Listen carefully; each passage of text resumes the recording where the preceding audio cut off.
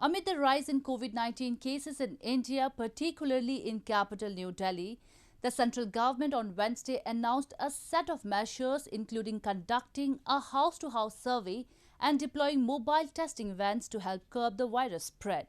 New Delhi is currently contributing the highest number of cases to India's COVID-19 tally, which has reached over 8.9 million.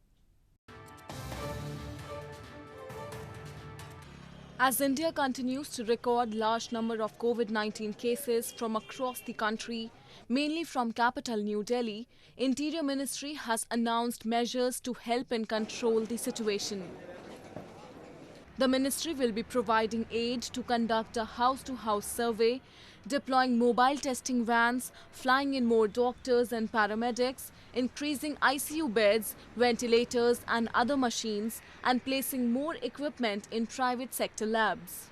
This came on the same day as the Lieutenant Governor of Delhi approved a proposal from Delhi government to reduce number of guests at wedding functions from 200 to 50. The proposal was sent on Tuesday, citing the wedding season amid the COVID-19 pandemic. तो average पिछले 2 महीने से लगभग 60,000 test या उससे ज़्यादा test daily हो रहे हैं।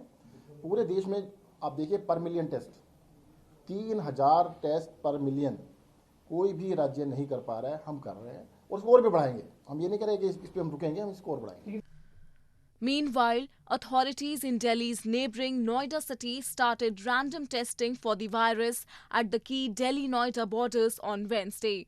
As per the plan, traffic between Delhi and Noida would continue to be normal and only a few randomly selected commuters shall be tested. The move would help in issuing advisories to the employers and organizations where large number of people work.